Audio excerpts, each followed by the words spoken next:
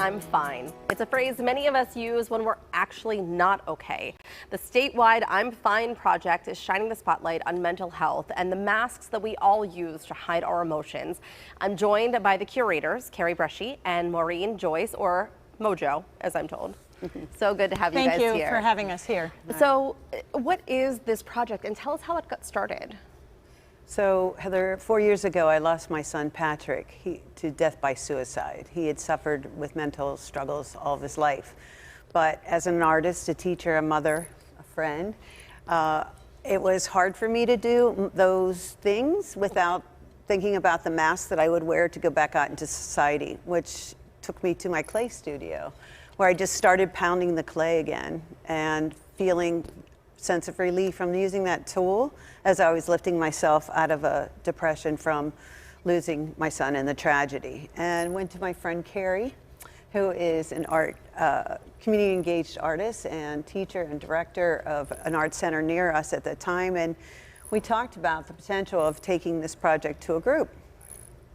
One workshop. Just one workshop, and now That's it's right. this. That was it. And now it's this. It just kept growing. It was one of those things, we knew there was a crisis going on in our communities when it came to mental health, but we never imagined that one workshop would become statewide and become 77 workshops. You know, I think even when we're having a bad day and nothing as deeply emotional as what you went through, but I think we think people want to hear, I'm fine, because it's a simple answer. And we don't have to mask that. And your project allows people to express their emotions. It does. We like to give people the tool of clay, and they get that tool in front of them and they're able to talk about things that maybe verbally they're not able to speak of. And that's the beauty of it, really. I know we have some pictures and video to show people of some people who are making masks, and if you can kind of walk us through what the goal of all of this is. We have some masks here. Pay attention to me. So the beauty of this is that we work with everyone. Yeah. We work with college students, we work with teens, we work with, imagine during the pandemic, cardiac nurses, we work with vets. So everyone's affected by mental health struggles. And so I think when people create the mask that sometimes they aren't able to articulate through words, that other people feel less isolated in their own struggles when they see the mask. And when you're working as a community, you realize there's other people that are feeling the same pressures that you are. Sometimes I think when we start to work with our hands too, things come out that we don't expect. So what has the reaction been like from the people who are making the masks? We've had so many positive comments on people and how it's helped them further in their thoughts of what their mental health status was. We are not clinicians, nor are we art therapists. We just really have proven that this tool is useful to so many. I would say the volumes of people that we've worked with were over 1,500 masks that we've since created since we began in 2019. Yeah. I think that tells you what the response is, really how the people want to do it. One workshop leads to another and another. So tell us about the masks that you brought with you. Yeah, I think it's important.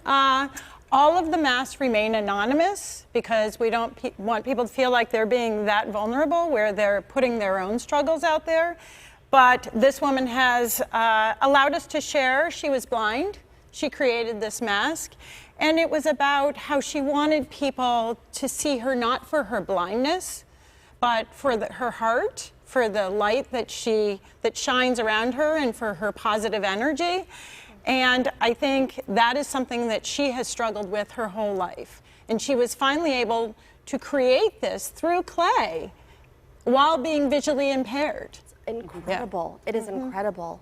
And what about the one that you have here, Maureen? We have worked with several public high schools in the area of Pittsburgh, and this was one of our recent. This person said in their writing, which we asked them also to write down their feelings, that they were always the person that was helping others and they just never got that help themselves. So this was their response. Never enough. Never enough. It's never enough. So how can people get involved if they think this might be beneficial for them, or even bringing a class and doing a workshop? How can they get involved in this? You can go to our website. We do workshops. Again, we've been in Pittsburgh for the last year, and we will go across the state. We have an exhibit opening this Friday at Pittsburgh Center for Arts and Media. We would love for people to come and see what the project is about and then create a workshop in their community. Maureen, I just want to say thank you in your vulnerable space to create something so beautiful to give back to other people and helping so many people to release those emotions. Well, so we thank feel you. honored. Thank you, Heather. Thank you Truly. for coming on.